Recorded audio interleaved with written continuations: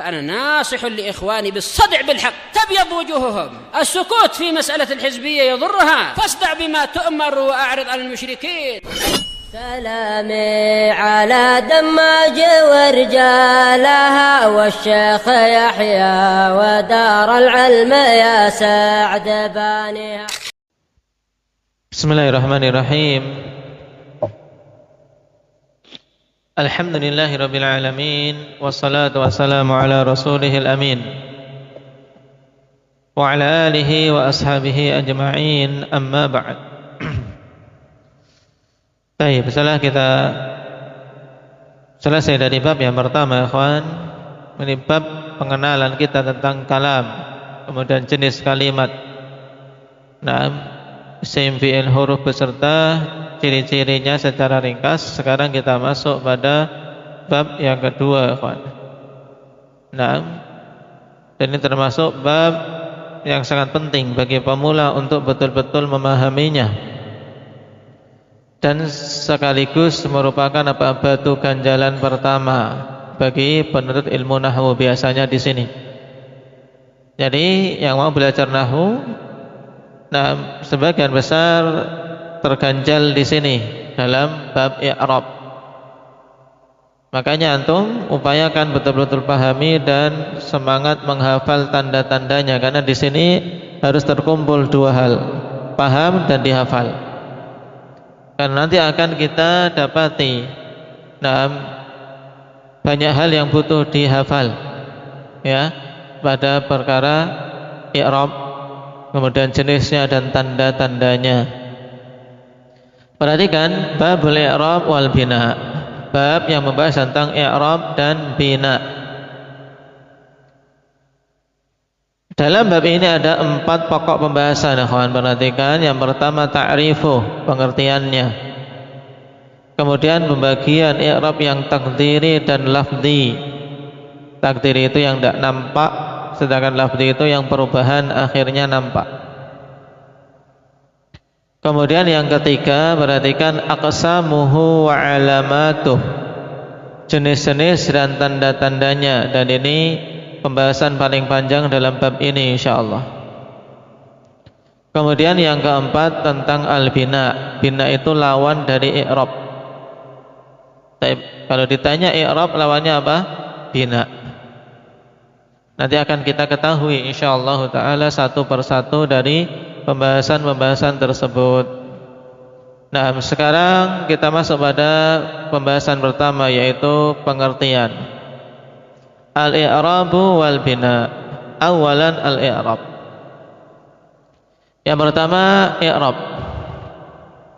Ini istilah, mungkin yang baru belajar, awal pertama kali belajar bahasa Arab, ya harus banyak berkenalan, ikhwan. Namanya baru masuk, baru kita masuk ketemu teman banyak, ya, harus berkenalan satu persatu, ya, harus dikenali. Ya Abdurrahman, ya kan, antum baru masuk, belum kenal teman-teman, masuk, butuh kenalan enggak? Kenalan, diingat orang yang kecil yang suka pakai kopiah hijau itu Muhammad Hindi misalnya. Ada harus diingat-ingat. Ini kalau masuk ilmu nahwu juga demikian, ya. Masuk ilmu nahwu harus diingat-ingat tanda-tandanya, ciri-cirinya apa. Nanti kalau semakin lama bergaul akan apa? Akan jelas, ya, akan nampak dengan jelas. Makanya jangan merasa sulit dulu, jangan menyerah dulu. Dan harus antum punya tekad untuk apa? Untuk memahami bahasa Arab dengan baik, betul-betul paham.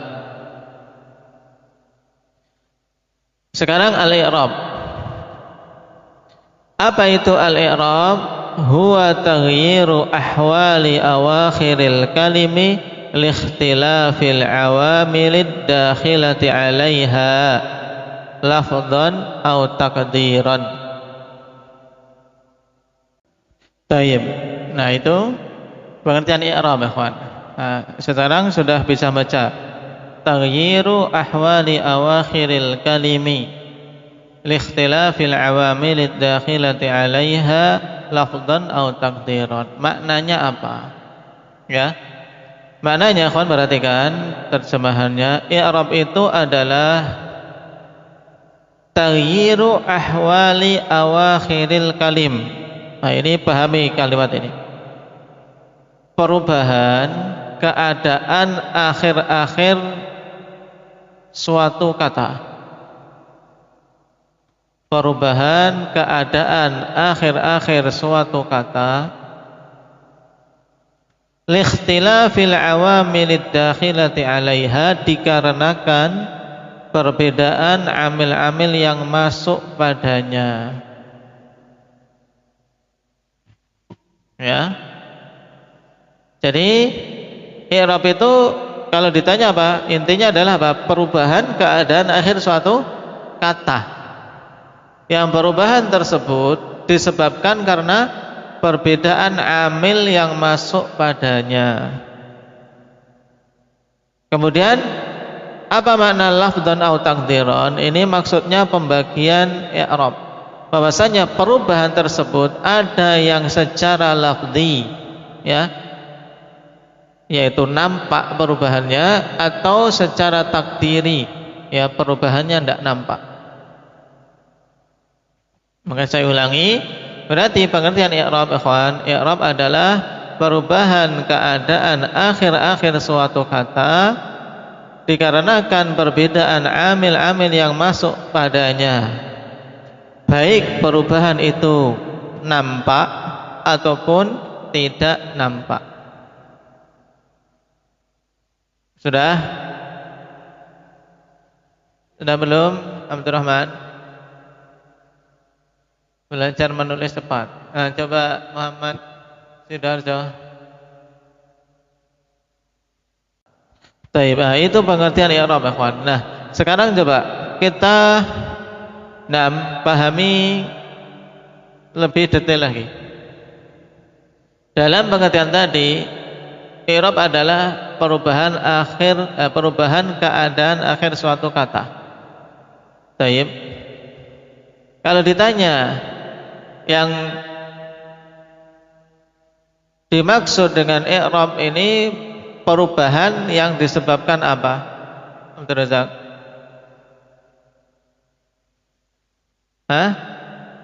Yang terjadi perubahan ini apa? Keadaan akhir kata. Nah, perubahan ini sebabnya apa, Syahrul? Perbedaan amil yang masuk. Kemudian jenis perubahan itu ada berapa? Dabu. Jenis perubahan itu dari sisi bisa dilihat atau tidaknya ada berapa? 2, yaitu yang nampak yang disilahkan dengan lafdhan, kemudian yang tidak nampak takdiran. Sekarang perhatikan contoh. Amthilatun fil i'rab, contoh dalam i'rab ini. Perhatikan contoh-contohnya. Ungdur ila kalimati Muhammad kaifa tataghayyaru bil awamil. Ya, lihatlah kata Muhammad pada contoh berikut ini, bagaimana dia berubah dengan sebab adanya amil-amil yang masuk. Perhatikan antum, konsentrasi di nomor 1, 2 dan 3, Pak. Nomor 1, Ja'a Muhammadun. Ja'a Muhammadun. Maknanya apa, Mujahid? Muhammad telah datang. Baik. Yang kedua, nasaha Zaidun Muhammadan. Apa maknanya ini? Maknanya apa? Muhammad. Zaid telah menasihati Muhammad. Nakal, bukan? Butuh dinasihati. Ya. Yang ketiga, marra Zaidun bi Muhammadin. Maknanya apa ini? Senan. Marra Zaidun bi Muhammadin.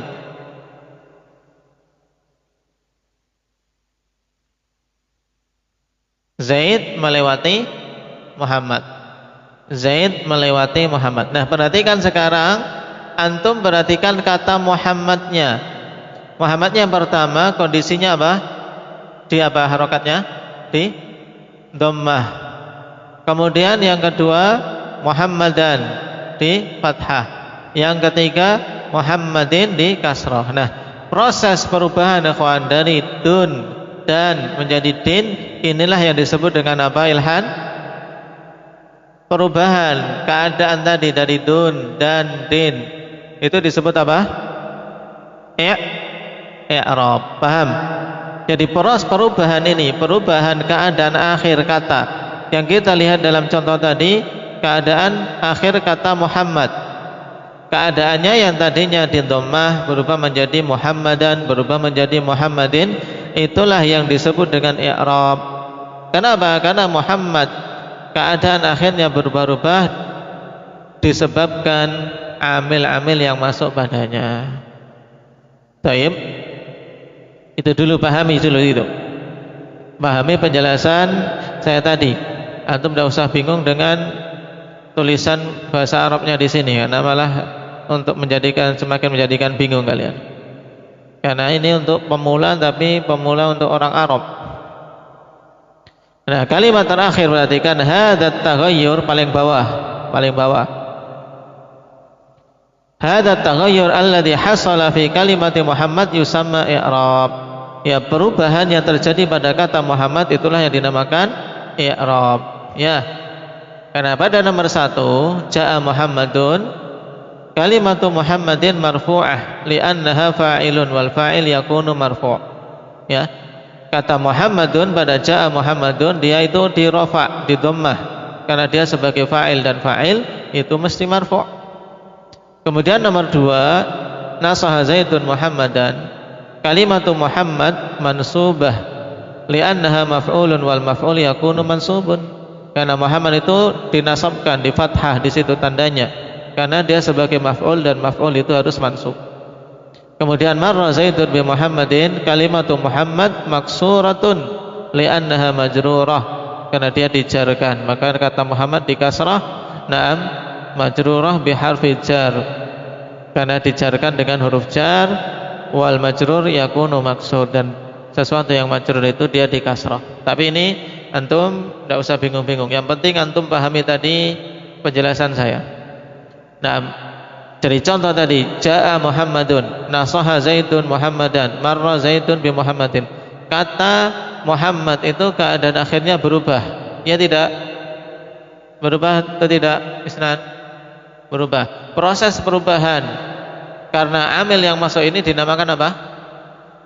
Dinamakan i'rab. Kemudian kalau ditanya dun, dhammah, Muhammadan, fathah, bi Muhammadin kasrah, dhammah, fathah dan kasrah, ini namanya apa? Ini namanya tanda i'rab. Paham? Tanda i'rabnya dhammah, tanda i'rabnya fathah, tanda i'rabnya kasrah.